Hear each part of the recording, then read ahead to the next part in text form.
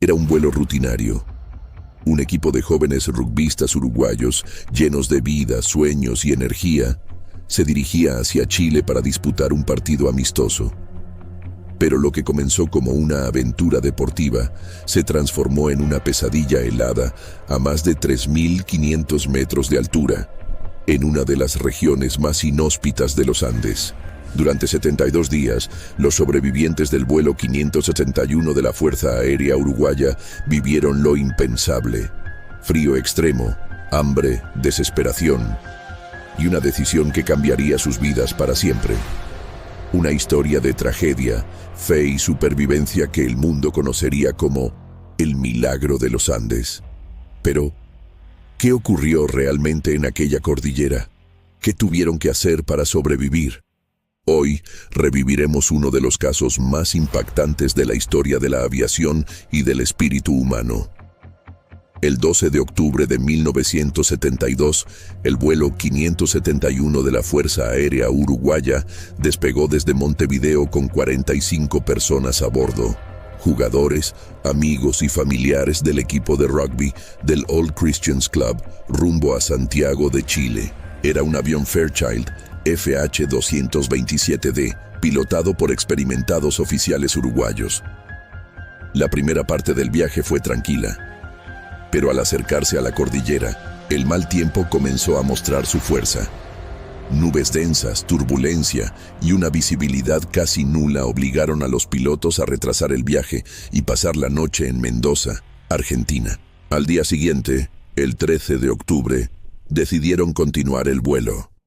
A las 14:18, el avión se encontraba sobrevolando los Andes, pero una mala interpretación de su posición llevó al piloto a creer que ya habían cruzado las montañas, cuando en realidad estaban en el corazón de ellas. A las 15:34, el control aéreo perdió contacto con el vuelo 571. Minutos después, el avión chocó violentamente contra una ladera helada, partiendo su fuselaje en tres. De los 45 pasajeros, 12 murieron al instante. El resto, heridos y confundidos, quedaron atrapados en medio de un desierto blanco sin árboles, sin refugio y sin esperanza de rescate inmediato. Acto 2. El impacto y la supervivencia. 408 y Oro. El frío era insoportable. La temperatura nocturna caía por debajo de los 25 grados Celsius. El fuselaje del avión, semienterrado en la nieve, se convirtió en el único refugio disponible. Con recursos limitados, los sobrevivientes improvisaron mantas, cortaron el metal del avión para sellar las aberturas y derretían nieve con pequeñas latas para obtener agua. Los días pasaban y la ayuda no llegaba. Encendieron señales con restos del avión, pero ningún avión de rescate los vio. Al 10º día, escucharon por una pequeña radio portátil una noticia devastadora. La búsqueda del avión uruguayo se ha suspendido. Se presume que no hay sobrevivientes. A partir de ese momento, sabían que estaban completamente solos. El hambre se volvió su enemigo más cruel. Intentaron alimentarse con los pocos chocolates y vinos que quedaban, pero en pocos días no quedaba nada. El cuerpo humano necesita alimento, y a más de 3.000 metros de altura, la energía se agota rápidamente.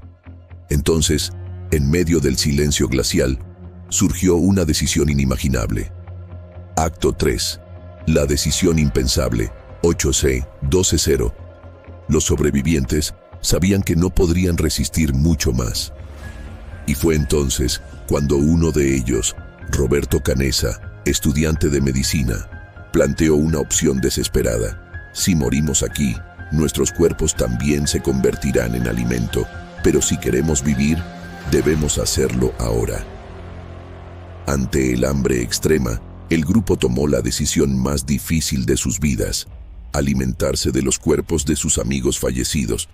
No fue una decisión tomada a la ligera. Lloraron, rezaron y se disculparon con cada alma que dejaban atrás. Para ellos no era un acto de canibalismo, era un acto de supervivencia.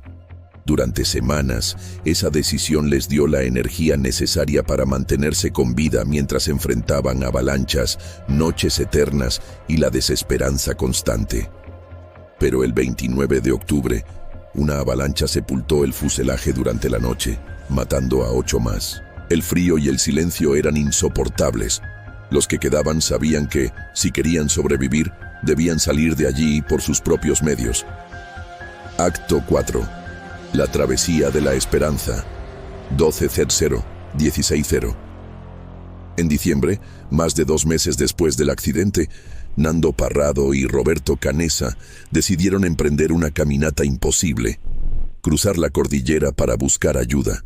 Con apenas un mapa improvisado, algo de carne seca y un pedazo de metal como espejo para reflejar la luz, comenzaron su marcha el 12 de diciembre. Caminaron durante 10 días, bajo el sol intenso, el frío mortal y la falta de oxígeno. Su fe era lo único que los mantenía en pie. En el 10º día, agotados y al borde del colapso, divisaron a lo lejos a un arriero chileno llamado Sergio Catalán. Entre lágrimas y gestos desesperados, lograron hacerle entender que venían del avión perdido.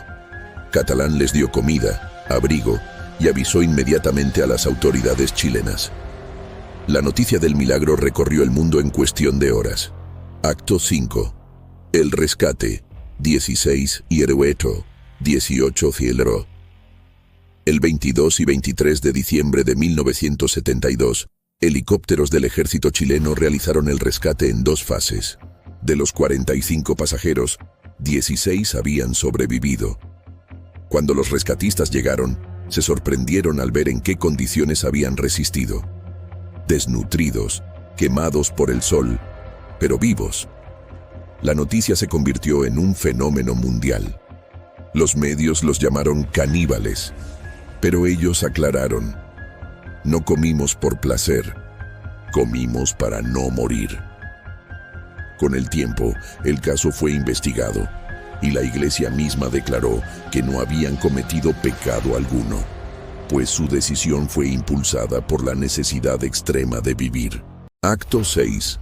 Después del milagro. 18/0, 22 Sontoro. Tras el rescate, los sobrevivientes fueron recibidos con homenajes, entrevistas y también juicios morales. Algunos no entendían cómo habían podido hacerlo, pero ellos siempre respondieron con serenidad y fe. El mundo comenzó a llamar su historia el milagro de los Andes, una frase que resume no solo su supervivencia, sino también su fortaleza espiritual. Los cuerpos de los fallecidos fueron enterrados en el lugar del accidente, donde hoy existe un memorial en su honor. Y el fuselaje del avión, cubierto por la nieve, sigue allí, como un recordatorio eterno del límite al que puede llegar el ser humano por aferrarse a la vida.